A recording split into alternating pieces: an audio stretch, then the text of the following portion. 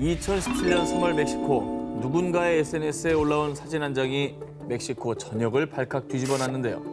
멕시코 몬테레이에 있는 한 병원의 레지던트 안나와 캐롤라이나는 발 절단 수술에 들어간 뒤 무사히 수술을 끝마쳤습니다. 그런데 말입니다. 아빠, 내가 수술한 첫 발이에요. 사진이 충격적이라면 죄송해요. 그런데 말입니다. 이들의 무개념 인증샷은 이게 처음이 아니었습니다. 충격적이게도요. 과거 위로 보이는 장기를 들고 역시나 미소를 띤 채 찍은 사진이 추가로 발견된 겁니다. 이 사람들은 인체에 대한 존중도 없는 것 같아요. 그런 이유가 없어요. 수술까지 받은 그 환자는 얼마나 고통에 시달렸겠습니까. 그런 아픔이 저는 웃음거리로 전락해버린 것 같아서 너무 끔찍하다는 생각밖에 안 드네요. 이 병원 의사들의 무개념 인증샷 소식이 알려지자 의사가 되기 전에 인간부터 되라. 생명을 다루는 의사들의 직업 윤리가 이 정도라니라며 누리꾼들의 거센 비난이 빗발쳤고요.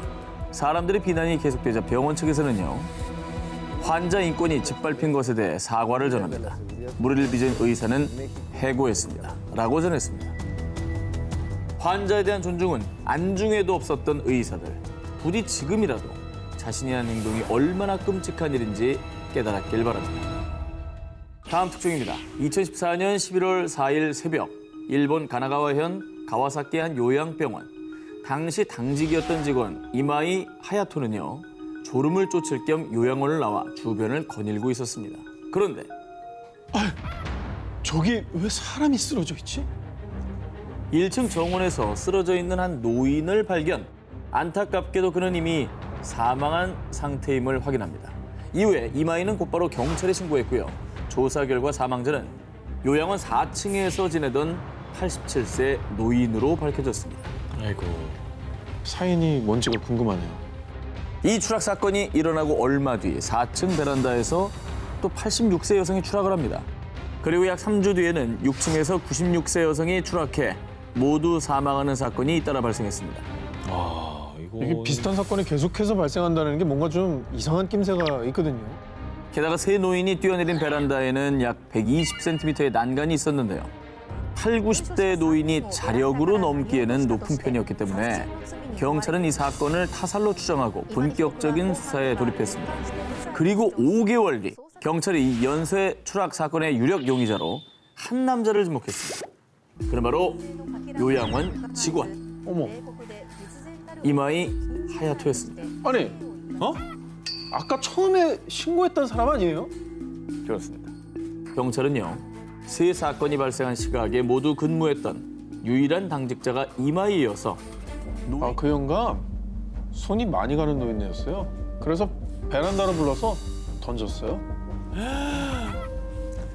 자신의 혐의를 모두 인정했고요. 구체적인 범행 방법까지 설명한 이마이. 그러니까 일말의 죄책감도 없이 자기 귀찮게 했다고 지금 그랬다는 거 아닙니까 지금? 그렇죠. 와, 이게 정말 제정신인 사람으로 귀찮아서 던졌다는 거예요. 말이 됩니까?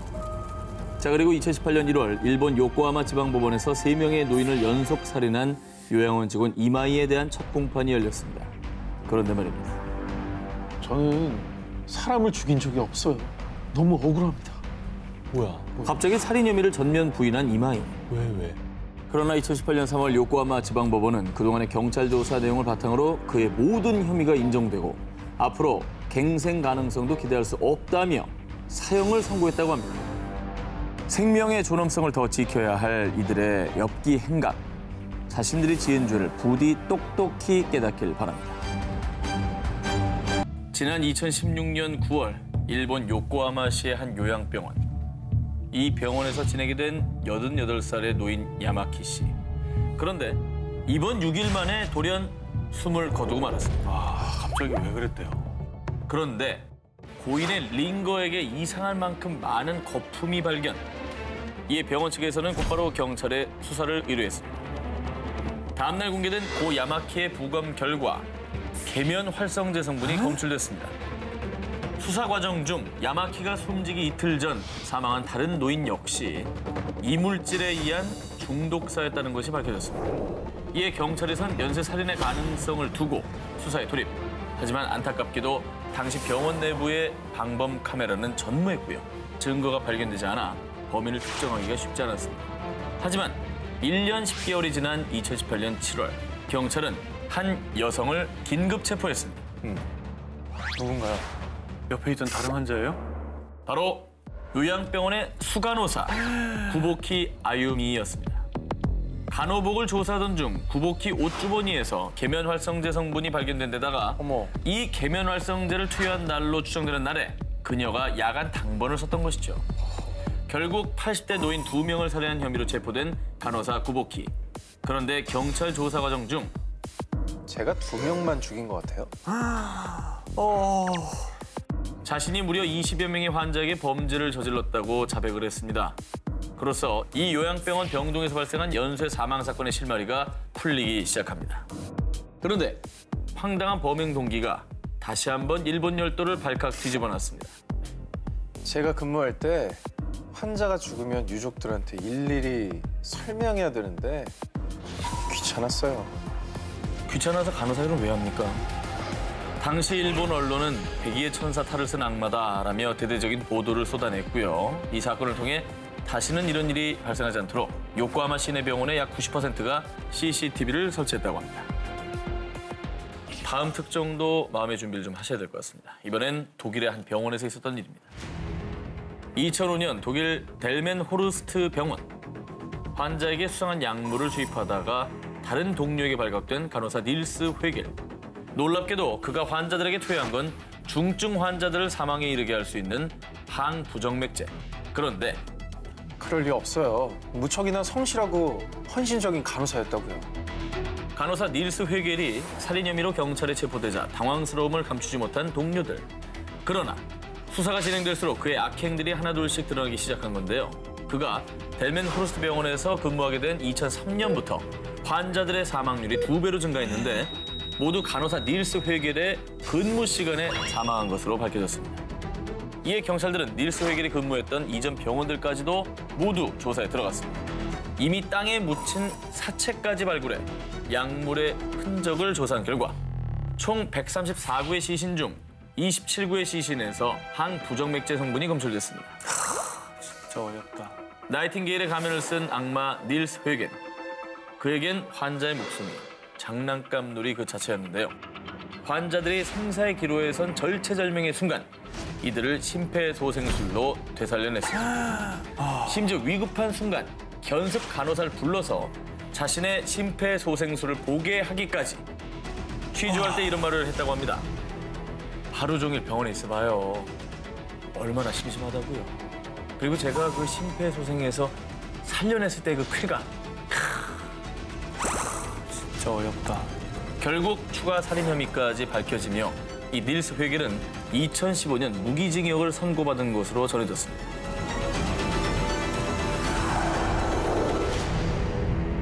(2016년 7월) 일본 남서부 가나가와 현에서 운영하는 모 장애인 수용시설에서 한 괴한의 침입으로 무려 19명이 사망, 26명이 중경상을 입는 참극이 발생했습니다. 그런데 사건 발생 후 1시간도 채 되지 않았을 때 범인은 스스로 경찰서를 찾아 자수했는데요. 그들은 사람이 아니라서 제가 해치웠어요.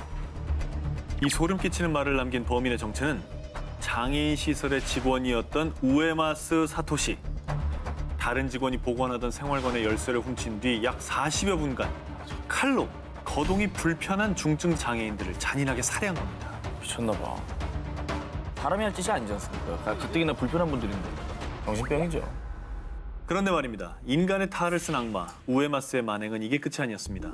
자수 직전 자신의 SNS에 뷰티풀 재팬이라는 게시글을 올리는가 하면 호송 중엔 취재진을 향해 웃어 보이기까지 했는데요. 저 사진 너무 무서웠어. 또라이네. 저 진짜 무서웠어. 섬뜩하지 않아요? 저는 악마가 아니라 그냥 도라이예요. 제정신 아닌 거죠. 그리고 이 사건으로 드러난 또 다른 그의 악마성. 사건 발생 5개월 전인 2016년 2월 일본 중의원 의장의 집무실을 찾아가서 장애인 470명을 죽여야 한다는 편지까지 전했다고 합니다. 장애인 혐오 범죄네요, 어떻게 보면. 혐오 문제죠. 그냥 뭐 하는 짓입니까? 네. 주변의 이야기에 따르면 교사의 꿈을 품고 T대학 문학부 초등교육학과에 진학까지 했는데 번번이 교사 임용에 실패하고 좌절. 결국은 지난 2012년 말부터 사건이 발생한 장애인 수용소에 어렵게 취직을 했는데요. 장애인들에게 폭력과 폭언을 가해 입사한 지 약 4년 만인 2016년에 해고를 당했다고 합니다. 꿈과 진로가 모두 꺾이자 일각에서는 그 분풀이 대상을 자신보다 약한 장애인으로 삼은 게 아닐까 추측만 하고 있습니다. 자, 그런데요. 또 한 번 사람들을 경악해 한 그의 악마성. 또 있어요? 일말의 반성도 하지 않던 그는 자신의 이야기를 담은 책 판도라 상자가 열렸다를 출간했고요. 아니 어떻게 출간할 생각을 또 예. 돈밖에 눈에 안 보이나 봐요. 그러니까요. 정말 최악이네요. 범행 이후 2년이 지난 현재까지도 첫 재판도 열리지 못하고 이례적으로 2차례의 정신감정이 진행됐는데 결국 올해 9월 자기애성 인격 장애를 판정받았지만요. 하지만 범죄 행각에 대해 책임질 수 있는 상태라고 판단돼 살인 혐의 등으로 곧 첫 번째 공판이 열릴 예정이라고 합니다. 2020년 6월 브라질 전역에 충격을 안긴 소식. 현대판 노예 여성 구조, 사람을 가둔 악마들. 한 가족들에게 오랫동안 노동 착취를 당한 여성이 구조됐다는 소식이었습니다. 이 끔찍한 사건의 발단은 무려 22년 전으로 거슬러 올라갑니다. 1998년 당시 39세였던 여성 헬레나는 소니아 가족의 집에 가사 도우미로 취직. 이후 2001년부터는 입주 가사 도우미로 일을 하게 됐습니다. 그런데 저 사모님 밀린 월급은 언제쯤 받을 수 있을까요? 이따위로 일하고 돈? 사람이 어찌 그리 뻔뻔해? 여기니까 일하고 있는 줄 알아? 한 번도 제대로 월급을 받지 못한 헬레나. 게다가 여기서 먹여주고 재워주는 걸 감사해라. 딴 데 가선 인간 대접도 받지 못할 거다. 라며 가사 도우미 헬레나에게 인간 이하의 대우를 하며 가혹한 노동 착취를 일삼았습니다. 정말 충격적인 게 이렇게 당하고 산 세월이 한두 해도 아니고 무려 22년이었다고 합니다. 와, 이건 진짜 너무하다. 한 사람의 거의 인생을 그렇죠. 엉망으로 만든 거 아닙니까 지금? 근데 이제 이런 기사를 보면 도대체 왜 안 도망가고 저렇게 당하고 있나? 22년 짧은 세월도 아닌데 이렇게 생각하는 분들이 있으실 텐데 근데 진짜 정말 오랜 세월 동안 이 정서적인 학대를 하면서 너는 여기밖에 있을 데가 없다라고 세뇌를 해버린 거예요. 그러니까 세뇌가 무섭죠. 그리고요, 코로나19가 창궐하면서부터는 헬레나를 아예 창고로 내쫓기까지 했답니다. 먹을 것도 주지 않고요. 화장실도 없어 겨우 양동이로 대소변을 해결했다는 헬레나. 끔찍하다. 진짜. 어후. 아니 어떻게 사람이 사람한테 저런 짓을 합니까? 진짜 가슴 아픈 게 시간인 것 같아요. 돌아오지 않잖아. 22년. 22년이라는 그 시간을. 정말 긴 세월 동안 고통 속에 산 헬레나. 그런데 뒤늦게 이 참혹한 실상을 한 이웃들이 신고를 해서 헬레나는 이 지옥 같은 곳에서 벗어날 수 있게 됐는데요. 이 일이 알려진 뒤에 헬레나를 학대한 가족 중 한 명이 유명 뷰티 기업의 경영진이라는 사실이 밝혀지면서요. 사람들은 사람을 노예처럼 부리면서 기업 경영이라니 라며 맹비난을 퍼붓다고 합니다. 진짜 인면수심이네요. 자, 이외에 브라질 사법당국에서는 열악한 환경에서의 노동은 인간의 존엄성을 침해하는 노예제도입니다 라고 발표했고요. 소니아 가족을 상대로 100만 헤알, 약 2억 3천만 원의 손해배상을 청구했습니다. 이제서라도 좀 그냥 행복해졌으면 좋겠다라는 생각이.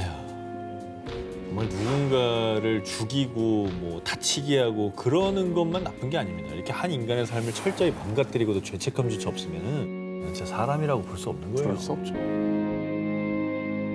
2016년 9월 13일 미국 텍사스 여대생 벤다 그리프는 지인 브라이언트와 단둘이 맥주를 마시며 오붓한 시간을 보냈습니다. 그런데 다음 날 새벽 6시 반쯤 한 공원의 어린이 수영장에서 사체로 발견된 그녀. 심지어 사체는 끔찍하게 훼손된 상태로 불에 타 있었습니다. 경찰이 범인으로 지목한 사람은 그녀가 사망하기 전 마지막으로 함께 있었던 남자 브라이언트. 그런데 그녀와 차 안에서 즐거운 시간을 보내고 있었는데 갑자기 숨을 안 쉬었어요. 변호인을 통해 자신이 범인으로 오해를 받을까 사체를 숨기려고 한 죄밖에 없다고 전했습니다. 병원에 가고 뭐 경찰서 연락하고 그래야지 왜 그걸 불에 태웁니까? 이게 분명히 냄새가 나요. 그의 수상한 행적이 속속 발견되기 시작합니다. 시신이 발견되기 약 2시간 전 새벽 4시 40분경에는 브라이언트가 한 마트에서 삽과 흉기를 구입하는 모습이 CCTV에 포착됐고요. 결정적으로는 브라이언트의 집에서 그녀의 지갑과 가방, 그리고 그녀의 유골 일부까지 발견이 됐죠. 그런데 말입니다. 더 충격적인 건 범인 브라이언트가 자신의 살인을 예고했었다는 겁니다. 아, 미치겠다. 피해자 벤다 그리프가 사망하기 전날인 9월 13일 그는 자신의 SNS에 당신을 매우 흥분시킬 방법을 가르쳐줄게라는 의미심장한 글을 남겼고요. 벤다 그리프의 시신이 발견된 다음 날에는 사망한 그녀의 SNS에 이런 기분은 처음이야라는 정말 소름 끼치는 글을 남긴 겁니다. 그리고 수사 도중 밝혀졌는데요. 브라이언트는 벤다 그리프를 살해하기 며칠 전 여자친구를 스토킹한 혐의로 체포됐다가 보석으로 석방된 상태였다고 합니다. 아, 전 여자친구도 얼마나 무서웠을까. 이후 그는 여대생 벤다 그리프를 살해한 혐의로 종신형을 선고받았다고 합니다. 자신의 살인을 예고하고 끔찍한 후기까지 남긴 잔혹한 악마의 광기. 과연 그는 이 광기를 멈출 수 있을까요? 클리블랜드의 한 법정. 엄숙한 분위기 속에서 재판이 진행되고 있었는데요. 왜 이래. 어머. 모든 비극의 시작은 2012년으로 거슬러 올라갑니다. 자, 2012년 9월 28살의 여성 시에티샤 쉴리가 갑자기 실종되는 것을 시작으로 9개월 뒤 38세 여성 안젤라 데스킨스, 그리고 한 달 뒤 18세 여성 시렐다 테리까지 이 클리블랜드에서 3명의 여성들이 실종되는 사건이 발생했는데요. 왜 이렇게 갑자기 3명씩이나? 그런데 얼마 뒤 한 아파트 건물 차고에서 악취가 난다라는 신고를 받고 출동한 경찰은 그곳에서 정말 끔찍한 장면을 목격하고 말았습니다. 테이프로 봉인된 쓰레기 봉투 속에서 한 여성의 사체가 발견된 건데요. 그리고 다음 날 인근 빈집과 뒷마당에서 두 구의 시신을 추가로 발견했습니다. 자, 이들의 시신에서는 성폭행 흔적까지 보였는데요. 이들은 바로 실종됐던 여성들이었죠. 인간으로서 할 수 없는 짓이에요, 진짜. 그런데 얼마 뒤 범인이 체포됐는데요. 범인은 성폭행 미수 혐의로 4년 동안 복역한 바 있었던 성범죄자 마이클 메디슨. 그는 죄를 뉘우치지 않고 또다시 여성들을 상대로 잔혹한 범죄를 저지른 거였죠. 자, 그리고 2016년 5월 마이클에 대한 사형 선고가 있던 날 피해자의 유가족들도 참석한 가운데 피해 여성 중 한 명, 시렐다의 아버지 벤이 용기를 내서 단상에 섰습니다. 그리고 I guess we're supposed to, in our hearts, forgive this clown who's touched our families, taken my child. 아니, 딸이 범인 손에 처참히 살해야 되는데 어떻게 저런 결정을 내리셨을까요? 자, 그런데 그때 벤은 살인마 마이클을 향해 무서운 기세로 돌진했는데요. 시렐다의 아버지가 이토록 분노했던 이유는 마이클의 웃는 얼굴일 때문이었습니다. 그는 재판 내내 무표정으로 앉아있다가 시렐다의 아버지 벤이 울먹이자 비웃기 시작한 겁니다. 벤이 화를 내며 본인에게 뛰어드는 모습을 보며 마이클이 더 화나게 웃자 이에 벤은 저 사람은 인간도 아니에요. 인간이 어떻게 저럴 수 있냐고요. 마이클의 웃음에 분노와 슬픔에 눈물을 쏟았고요. 소중한 가족을 잃은 유가족들은 모두 다 큰 절망에 빠질 수밖에 없었습니다. 유가족을 2번 울린 악마의 웃음, 그 웃음의 대가를 평생 반드시 혹독하게 치르길 바랍니다. 지옥에서도 말이죠. 러시아 상트페테르부르크에 사는 친자매 언니 엘리자베타와 동생 스테파니아는 머리색부터 화장까지 비슷한 스타일로 꾸밀 정도로 사이가 좋았죠. 그런데 2016년 2월 동생 스테파니아의 남자친구 집에서 셋이 함께 파티를 하던 중 그만 동생이 흉기에 수백 차례 찔려 사망하는 사건이 발생했습니다. 이건 무슨 약간 원한이 있지 않으면 사실 수백 차례나. 너무 끔찍한데요. 당시 경찰은 현장에서 범인을 검거했습니다. 그런데 범인은 정말 충격적이게도 언니 엘리자베타였습니다. 아니 사이가 좋았다면서요. 그러니까. 왜 그런 일을 친언니인 그녀가 동생을 그토록 잔인하게 살해한 이유는 모두 질투심 때문이었습니다. 사실 언니는 어린 시절부터 화려하고 예쁜 외모를 가진 동생을 부러워하고 시기해왔다고 합니다. 그래서 언니는 늘 동생의 머리색, 화장법을 모두 따라해왔다고 합니다. 그냥 우애가 좋아서 따라한 게 아니고 카피하려고 했죠. 그렇죠. 그런데 동생이 모델 활동으로 사람들에게 인기를 끌고 주목을 받자 언니의 마음속에 오랫동안 도사리고 있던 검은 질투심이 동생을 덮쳐버린 겁니다. 뭐야? 참혹한 사건이 일어난 그날 동생 남자친구가 잠시 자리를 비운 사이 질투심에 눈이 먼 언니는 동생을 잔혹하게 살해했고요. 특히 그토록 시기하고 부러워했던 동생의 얼굴을 형태를 알아볼 수 없을 정도로 심하게 훼손하는 잔인함까지 보였습니다. 자, 그런데 말입니다. 언니는 반성은커녕 정말 뻔뻔하고 영악하게도 제가 동생을 죽였다고요? 제정신이 아니었나 봐요. 저는 정신치료가 필요한 환자라고요. 난 저런 식으로 빠져나가는 게 너무 짜증나요. 그러니까 다들 무심신이 미약하대. 가명을 목적으로 자신이 정신질환을 앓고 있다고 주장을 한 것이죠. 하지만 의료진의 소견에서 재판을 받을 수 있을 정도로 건강하다고 판단했고요. 결국 2019년 언니 엘리자베타는 살인 혐의로 징역 13년을 선고받았다고 합니다. 13이 너무 짧다고 생각합니다. 그 와중에도 지금 동생한테 미안하다 소리 한 번도 안 한 거 아니에요? 그렇죠. 그 동생에게 미안하다는 말 한마디 없이 심신미약으로 빠져나가려고 했다는 게 너무나 괘씸하죠. 그러니까 머리만 굴린 거지. 끝까지 뻔뻔한 변명만 늘어놓으면 죄를 인정하지 않은 악마. 최소한 사람이라면 동생이 하늘에서 더는 슬퍼하지 않도록 진심으로 참여하길 바랍니다. 2020년 5월 3일 중국 산시성. 다급하게 경찰서를 찾은 한 여성. 제발 저희 시어머니 좀 찾아주세요. 79세 노인 왕 씨가 실종됐다는 며느리의 신고에 대대적인 수색이 벌어졌는데요. 아, 가족들은 진짜 얼마나 걱정될까. 아, 실종은 그 자체로 너무나 고통이에요. 노인 왕 씨가 실종된 지 3일 뒤 공안은 한 야산에서 땅에 파묻혀 있는 노인 왕 씨를 발견해 구조했습니다. 다행히 그때 의식이 있는 상태였습니다. 다행이네. 그리고 곧이어 공안은 왕 씨를 생매장한 범인을 체포했는데요. 그런데 사람들은 범인의 정체에 경악할 수밖에 없었습니다. 마모관, 당신을 고의적 살인 혐의로 체포합니다. 범인은 정말 충격적이게도 왕 씨의 맏아들 마모관이었는데요. 아들이 엄마를 생매장하려고 그랬다고요? 그렇습니다. 이게 뭔 소리야? 사람들을 분노케 한 아들의 폐륜 범죄, 그 끔찍한 사건의 시작은 이랬습니다. 1년 전 어머니 왕 씨는 오랜 뇌졸중 투병으로 거동이 불편했는데요. 자, 원래는 둘째 아들 내외가 어머니를 모셨지만 둘째 아들의 건강마저 악화되자 약 1년 전부터는 맏아들이었던 마모간 내외가 어머니 왕 씨를 모시게 됐죠. 그런데 아, 냄새. 아, 엄마! 여기가 화장실이에요? 짜증나게. 몸이 불편했던 어머니 왕 씨는 본인의 의지와는 상관없이 옷에 소변을 보는 일이 잦았습니다.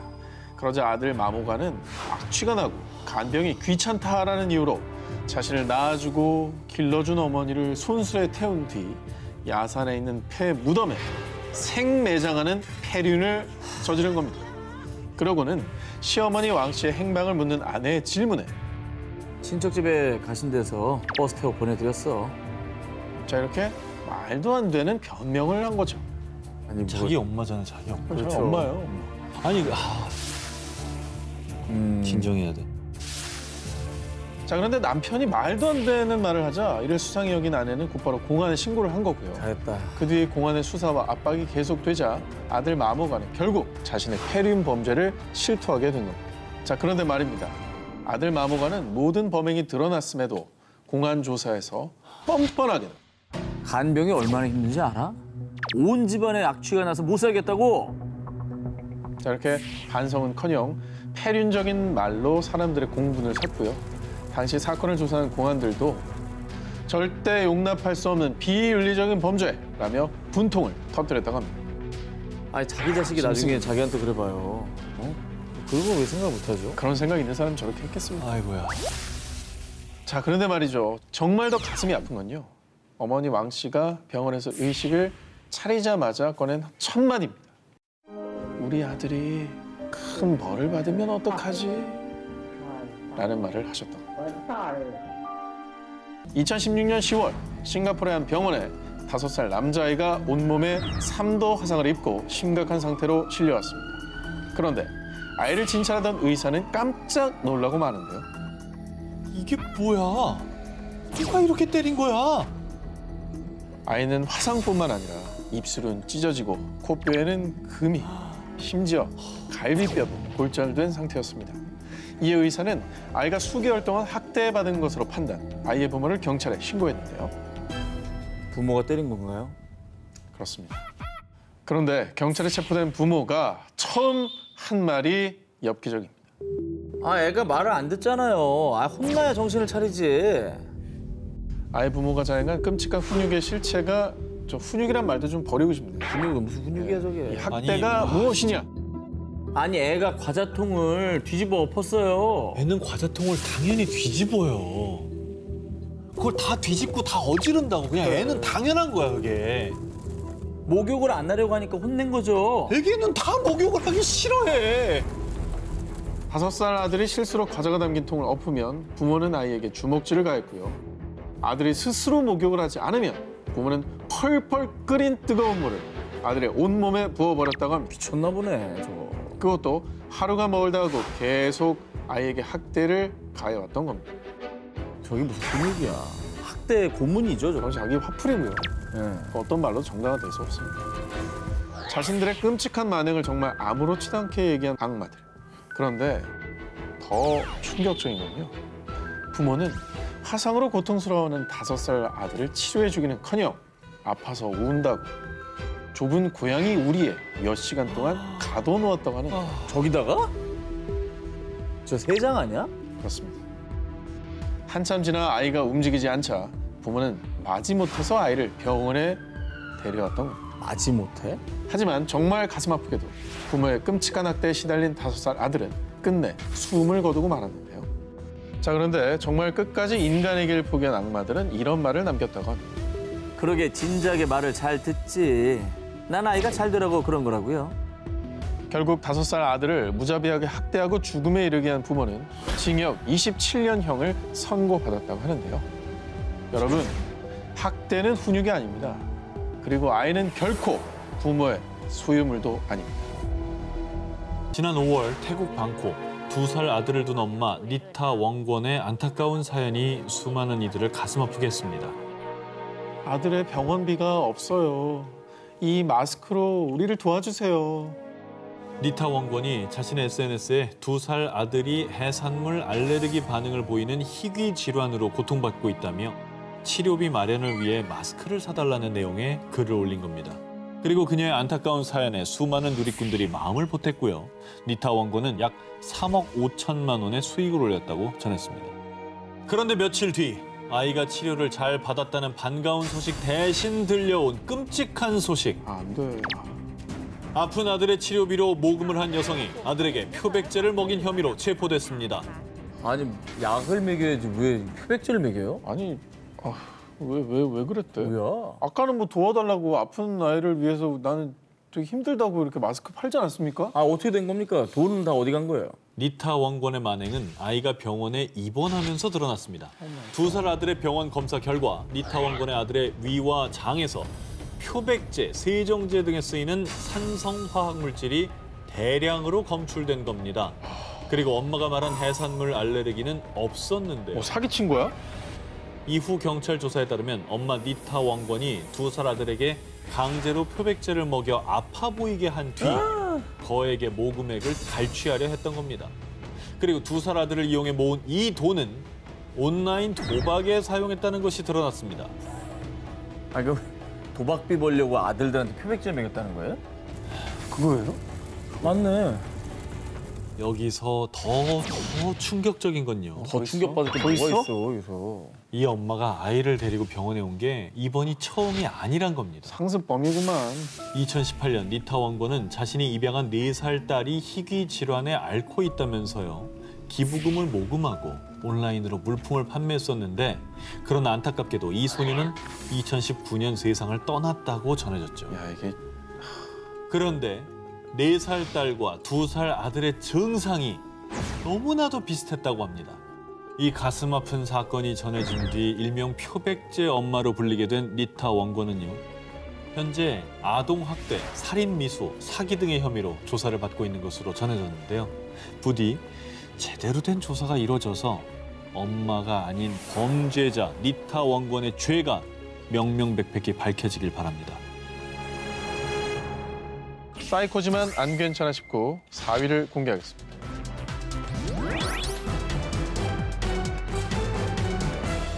(2020년 6월) 미국 테네시주 모 동물보호단체가 한 사육장을 찾았습니다. 그런데 아니, 이런 곳에 가둬두다니. 얘 정말 제정신이야? 철장 안을 확인하고 놀란 사람들은 즉시 경찰에 신고하고 구조 활동을 했습니다. 뭐예요? 또 이거 동물학대? 그러게 동물학대인가? 왜 당시 현장에는 50여 마리의 개를 비롯해 토끼, 닭, 고양이 등 많은 동물들이 철제 사육장 안에 갇혀 있었는데요. 그런데 더 충격적인 것은 이 철제 사육장 안에 어린아이, 18개월 된 어린아이가 갇혀 있었던 겁니다. 안 돼. 18개월짜리 아이를 왜 저기에 가둡니까? 뭐야? 동물도 아니고 뭐야 저게? 당시 현장에서 아이를 발견한 경찰이 한 말. 아이는 마치 동물처럼 살고 있었고 매우 굶주려 보였습니다. 아이가 있던 철장 위에 음식과 쓰레기가 뒤범벅돼 있었고 철장 안에는 바퀴벌레와 구더기가 득실거리고 바닥에는 오물이 가득해 지독한 악취가 코를 찔렀다고 합니다. 게다가 철장 주변에는 수많은 쥐뿐 아니라 무려 3m 길이의 뱀까지 기어다녔는데요. 저런 환경에 어떻게 저 어린아이를 면역력도 약할 텐데. 어떤 인간들이 저런 짓을 했나 너무 궁금한데요? 자, 믿기 힘든 사실은요. 철장에 아이를 가둔 범인은 정말 너 때문에 못 살아. 너 여기 들어가 있어. 바로 아이의 부모, 가족들이었습니다. 심지어 경찰이 철장에 갇힌 아이를 구조하고 아이의 부모를 찾았을 땐요. 태연하게 잠을 자고 있었답니다. 잠이 오니? 경찰은 곧바로 아이를 학대한 엄마와 계부, 의붓 할아버지 등 3명을 아동학대, 동물학대 혐의 등으로 체포했습니다. 철장에 자녀와 함께 부모의 자격까지 내동댕이 친 비정한 악마들이었습니다. 다음 특종입니다. 2020년 3월 중국 푸저우 출장 때문에 집을 나선 장 씨 부부는 한 살 배기 아이가 보고 싶어서요. 휴대폰으로 집안에 설치해두었던 실시간 홈 카메라를 확인했습니다. 그런데 지금 대체 뭐 하는 짓이야? 홈 카메라를 보고 충격에 빠진 장 씨 부부. 대체 그가 본 게 무엇이냐? 뭐 하는 거야? 아우 때려 어머. 때려. 아니 아우 저 깐난하게 뭐 한다고 때려. 아 뭐야 왜 코를 왜 꼬집어? 让他将米糊吞下，导致孩子被击到大哭。 한 여성이 아이의 머리를 과도하게 젖혀 억지로 음식을 먹이는데요. 한 살 배기 아이를 학대한 여성이 대체 누구냐? 저희가 출장 갈 동안 우리 아이 좀 잘 부탁드릴게요. 걱정 마시고 믿고 맡겨주세요. 평소 출장이 잦았던 장 씨 부부가 한 살 배기 아이를 돌봐줄 사람이 필요해 고용한 보모, 저우였습니다. 부부는 보모를 구하긴 했지만 집안에 홈 카메라를 설치했는데요. 틈틈이 아이를 지켜보던 중 카메라의 존재를 모르던 보모 저우가 아이를 학대하는 현장까지 포착을 한 겁니다. 저는 이 출장 가서 그 화면을 볼 때 얼마나 손이 떨렸을까. 그럼 바로 올 수도 없고. 근데 지금 뭐 해야 될 일은 있고 이거 아니 근데 보모들이 선량하신 분들이 대부분이란 말이에요. 대부분 근데 선량하죠. 저런 인간들 때문에 괜히 오해받고 그런 거 아닙니까? 영상을 보고 장 씨 부부는 아이를 병원에 데려갔는데요. 진단 결과 보모의 강제 식사로 인해 흡인성 폐렴 증세를 보였다고 합니다. 한 살이 아니, 말도 못하지 뭐 힘도 없지 얼마나 괴로웠을까. 말을 못 하잖아. 그런데 말입니다. 보모 저우가 조사받는 과정에서 말한 아이 학대 이유가 무엇이었느냐? 아 그냥 기분이 좀 안 좋아서 그랬어요. 얼마나 밥을 안 먹든지 짜증이 그냥 기분이 안 좋다는 이유로 한 살 밖의 아이를 보모라는 직업을 가진 사람이 저렇게 했다는 게 너무 충격적이에요. 정말 자신의 죄를 꼭 깨닫고 늦었지만 이제라도 인간이기를 포기하지 않았으면 좋겠습니다. 让他将米糊吞下。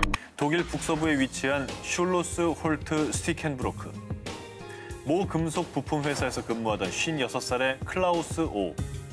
이 회사에서 무려 38년 동안 근무하며 늘 성실 근면한 모습을 보여준 직원이었습니다. 그런데 지난 2018년 5월 그의 추악한 본 모습이 드러나게 됩니다. 어느 날 26살의 직원 B 씨는요. 점심 대용으로 싸온 샌드위치 도시락 뚜껑을 열었는데요. 샌드위치 위에 뿌려진 수상한 가루를 발견. 이상한 낌새를 느낀 B 씨는 곧바로 노동조합에 이 사실을 알렸고요. 조합 측에선 CCTV 확인에 들어갑니다. 그런데 한 남성이 B 씨의 도시락을 열어서 무언가를 뿌리는 모습이 포착됩니다. 어머. 그 남성은 바로 클라우스 오. 신고를 받고 출동한 경찰은 클라우스 오의 가방을 수색했는데요. 역시나 그의 가방 속에서 흰색 가루가 담긴 병을 발견합니다. 곧바로 성분 분석에 들어갔습니다. 그냥 뭐 소금이나 설탕했으면 좋겠다. 마약인가? 이 흰색 가루의 정체는 바로 아세트산 납. 나? 중금속이잖아요. 중금속입니다. 독성 물질 아니에요? 독성물질이죠. 이 아세트산 납은 심각한 장기 손상을 야기하는 독성물질인데요. 에? 경찰은 뒤이어 클라우스오의 집까지 수색합니다. 그의 집에서 추가로 발견된 건 아세트산 납과 비슷한 성질의 수온, 납, 카드뮴 등 여러 종류의 독성물질. 아니 왜 그런 물질을 집에 갖고 있는 거예요, 이거? 아니 혹시 그리고 그 피해자 B 씨 그 뚜껑에다 발라놨다 그랬는데 네. 원한 관계입니까 혹시? 아, 이 사람 하나였다면 원한 관계로 생각할 수도 있겠죠. 근데 이 두 사람은 직장 동료일 뿐 그 이상 그 이하도 아니었습니다. 그런데 경찰 조사 결과 밝혀진 정말 상상치 못한 충격적인 사실은 그가 무려 21명을 살해한 연쇄 살인범일 수도 있다는 건데요. 그럼 혹시 묻지마 범죄? 지난 2000년 이후에 이 회사에서 숨진 근로자가 총 21명입니다. 그런데 이들의 공통점이요. 대부분 급작스럽게 중금속 독극물이 야기할 수 있는 질환으로 사망했다고 합니다. 아니 그럼 대체 왜 이런 짓을 한 거예요? 현재 독일에선 이 사건을 두고 약 10여 명의 전담 수사팀을 꾸려 집중 수사 중에 있는데요. 하지만 클라우스오는 묵비권을 행사, 범행 동기와 추가 범행에 대해선 뻔뻔하게도 그 어떤 입장도 밝히지 않고 있다고 합니다. 법의 심판대 위에 선 샌드위치 킬러. 무고한 생명을 유리는 죄는 반드시 그 대가를 치러야 할 것입니다. 대한민국 한 지방법원에서 열린 재판. 이들이 저지른 행위는 끔찍한 반인륜적 범죄입니다. 이에 법정 최고형을 선고합니다. 무슨 사건이죠? 왜 또 법정 최고형이나 나왔을까요? 자, 2015년 4월 25일 지적장애를 앓고 있는 남성 S씨는 경기도의 한 미용실에서 두피관리사로 일하고 있었는데요. 어느 늦은 저녁 같은 동네에 사는 한 남성이 S씨를 불러냈습니다. 그런데 S씨가 따라간 곳엔 3명의 여고생과 한 남성이 있었는데요. 자, 여고생과 남성들의 권유로 함께 술까지 먹게 된 S씨. 그런데 S씨는 그만 술에 취해 정신을 잃고 마는데 눈을 떠보니 그가 와 있는 곳은 한 숙박업소. 그런데 동행한 두 남성은 찰칵 이렇게 사진을 찍기 시작했습니다. 그 사진은 바로 술에 취해 정신이 혼미한 S씨 옆에 여고생이 함께 누운 모습이었는데 와, 뭐야? 협박했구나. 아 저렇게 저 증거사진 남겨가지고 자, 그리고 그때부터 더 추악한 악마의 본색을 드러낸 그들. 너 원조교체 저지른 거야. 경찰에 신고하기 전에 돈 입금해. 그냥 돈이 어딨어. 자, 이때부터 S씨에겐 1분 1초가 지옥 그 자체였습니다. 일당들은 S씨를 가둬놓은 채로 사진을 빌미로 계속 돈을 요구했고요. S씨의 가족들 역시 가만두지 않겠다며 협박했는데요. 하지만 S씨는 돈이 없다며 요구를 거부했습니다. 그러자 여고생들과 두 남성은 S씨를 향해 무차별적인 학대를 시작했습니다. 그리고 더욱더 우리를 화가 나게 만드는 건 또 그들은 지적장애가 있던 S씨가 자신의 범죄 행각을 기억하지 못하게 하려고 특히나 머리에 집중적인 폭력을 가했던 겁니다. 인간 말종들이네 정말. 자, 이 잔인한 폭행은 무려 34시간 동안 이어졌다고 합니다. 우와. 아 그러면 저 어떻게 좀 풀려나게 된 거예요? 자, 불행 중 다행히도 당시 함께 있던 여고생 중에 한 명이 죄책감을 느껴서 경찰에 자술하면서 드러났다고 합니다. 그 인간 범위를 벗어나지 않은 사람이 하나 있었군요. 네, 그렇죠. 이 사건이 알려진 뒤 각종 언론에선 악마가 된 여고생들이라며 대대적으로 보도. 그리고 담당 재판부는 사회로부터 장기간 격리가 필요한 범죄라며 미성년자인 이들에게 이례적으로 법정 최고형을 선고했는데요.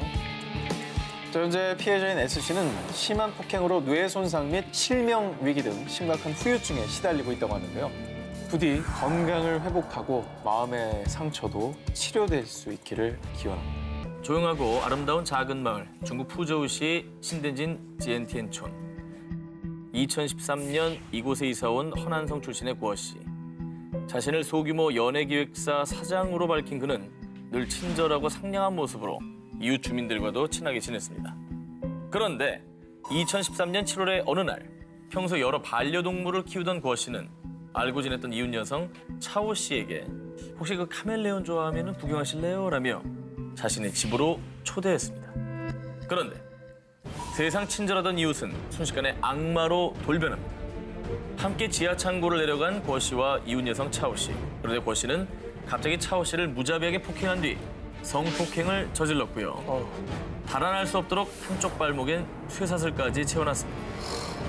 아니, 갑작스럽게 저게 뭐 하는 짓이에요? 정말 황당한 케이스네요. 사실 그는 친절한 이웃을 가장한 악마, 그리고 본격적으로 악마의 본색을 드러낸 친절한 이웃 버 씨는 한 동네에 사는 15살 소녀 샤올리에게 자신의 직업을 이용해 마술을 뻗쳤습니다. 안 돼. 그리고 오디션을 핑계로 유인한 곳은 역시나 지하 창고.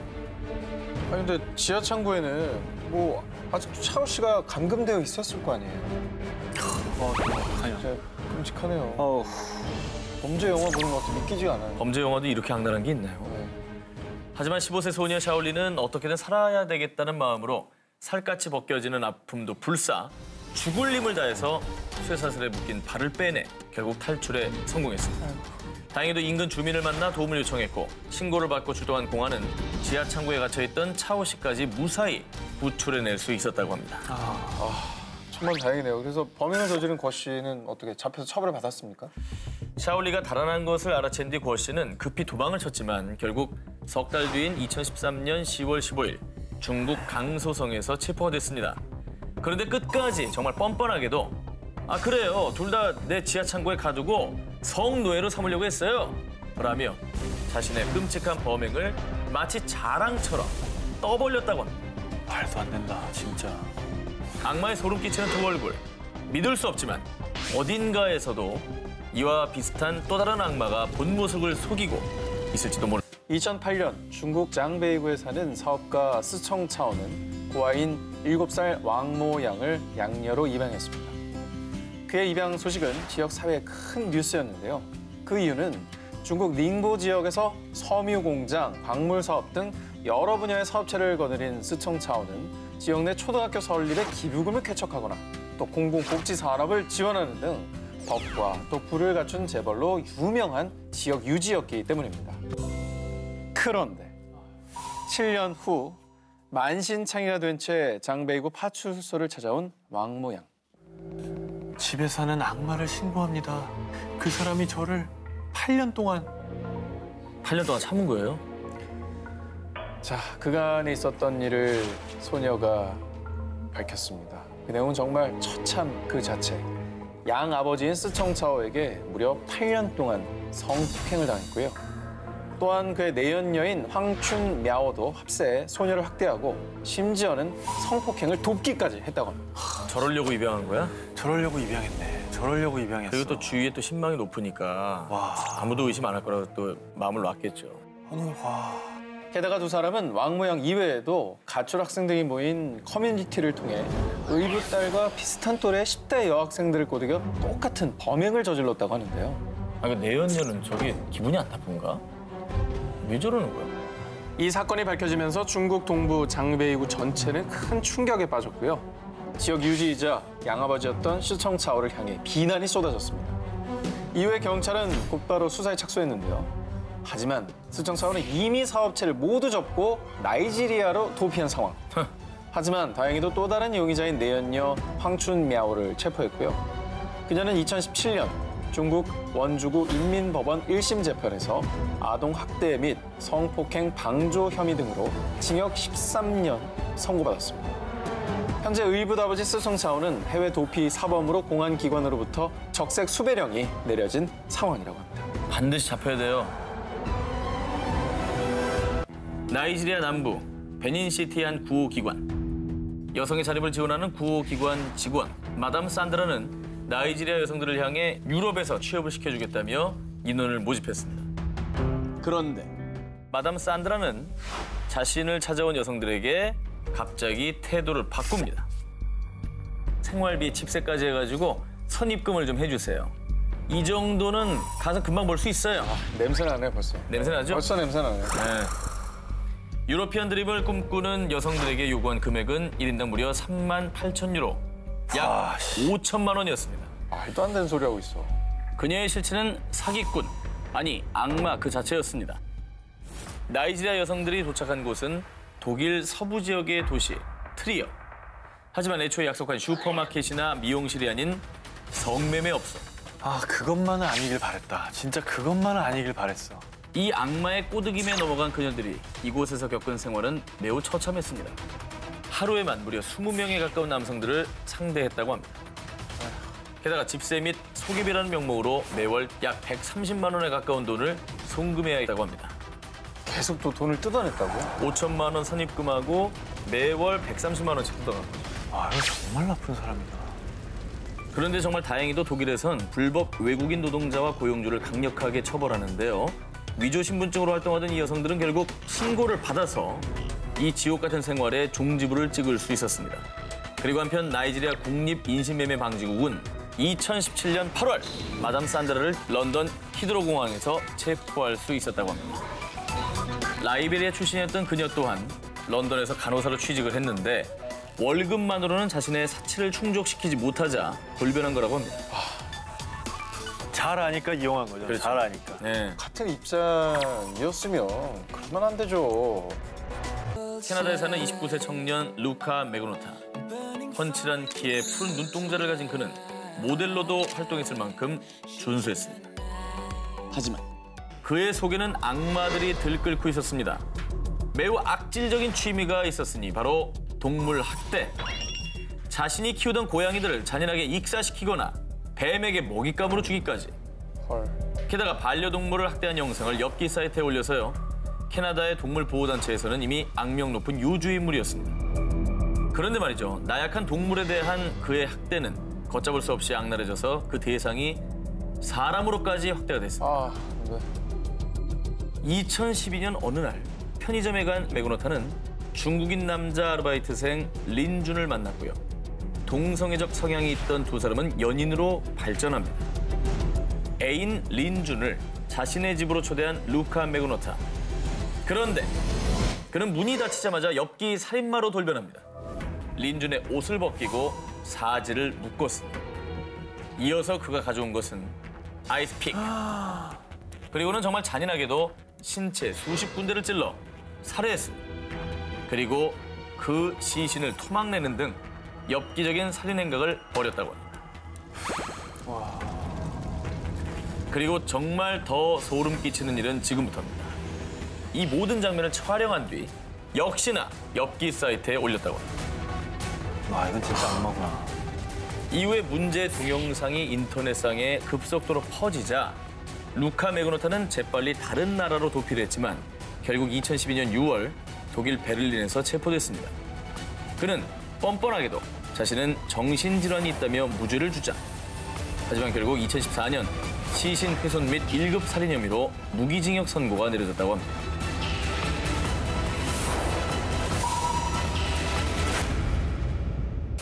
수천 명의 목숨을 노린 살인마의 최후, 결국은 사형 집행. 사형수는 바로 옴진리교의 교주 아사하라 쇼코. 아사하라 쇼코 교주가 저지른 끔찍한 행각은 일명 도쿄 지하철 살인가스 사건인데요. 1995년 3월 20일 도쿄의 아침 출근길 3개의 지하철 노선 5개 칸에 청산가리의 500배의 독성을 가진 사린가스를 살포 약 6천여 명의 피해자가 발생했습니다. 대단했지. 충격적이었죠. 정말 극악무도한 범죄자죠. 본래 요가 수행자였던 아사하라는 1987년에 요가 단체인 옴신선회를 옴진리교로 개칭하고 그 후에 본격적으로 지구의 종말론을 내세워 사람들을 구원해주겠다고 했고요.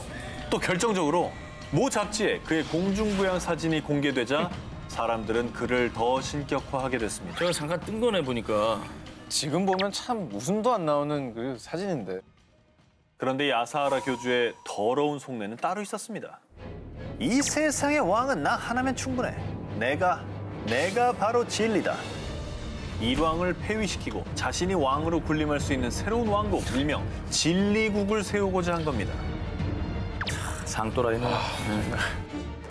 1990년엔 진리당을 창설, 옴진리교 신자 25명과 총선에 나가 일본 정부를 손에 넣고자 했는데요. 하지만 전부 낙선의 고배를 마시자 정치로는 내 왕국을 건설할 수 없어. 보다 강력한 무기가 필요해.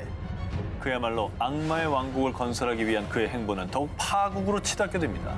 아사하라 교주는 신도들에게 화학 무기를 제조하게 했고요. 마침내 1994년 사린가스 개발에 성공. 그리고 1년 뒤인 1995년엔 도쿄 지하철 사린가스 사건을 일으킨 겁니다.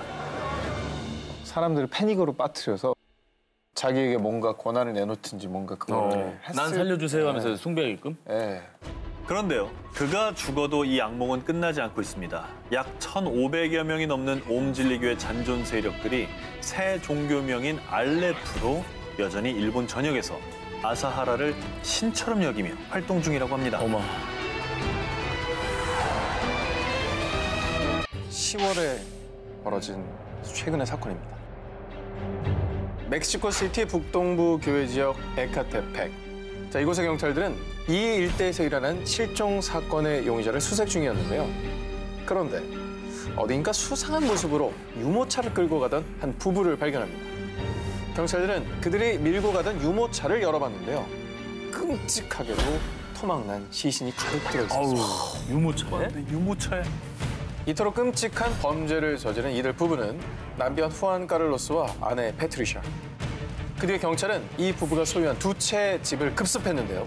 그곳은 그야말로 살인 소굴 그 자체였습니다. 실종 피해자들의 옷가지와 소지품들은 여기저기 뒹굴고 있었고요. 토막난 시신들은 8개의 드럼통에 시멘트로 마감되어 있거나 냉장고 안에는 꽁꽁한 시신들이 봉투에 쌓여 있었습니다. 영화 양말을 보았다보다 더 무섭네요. 그리고 여기서 끝이 아닙니다. 끝이다라 정말. 자, 이 부부의 악랄한 범죄가 낱낱이 또 밝혀졌는데요. 인터넷 사이트에 여성 의류를 싸게 판다는 글을 아내가 올린 뒤 손님들이 옷을 사러 오면 가차없이 살인. 왜 그래? 그리고 이들 부부는 무자비하게 시신을 훼손한 뒤 장기 밀매부터 인육을 먹는 등 엽기 행각까지 벌였다고 합니다. 와. 그리고 뭐 이보다 더 엽기적일 수 있을까요? 살해 동기입니다. 남편이 살해한 대상은 모두 여성이었는데요. 근데요? 그 이유는 남편 카를로스가 어린 시절 엄마에게 학대를 당해 모든 여성들을 죽이고 싶었다라는 이런 비겁한 범행 동기를 밝혔다고 합니다.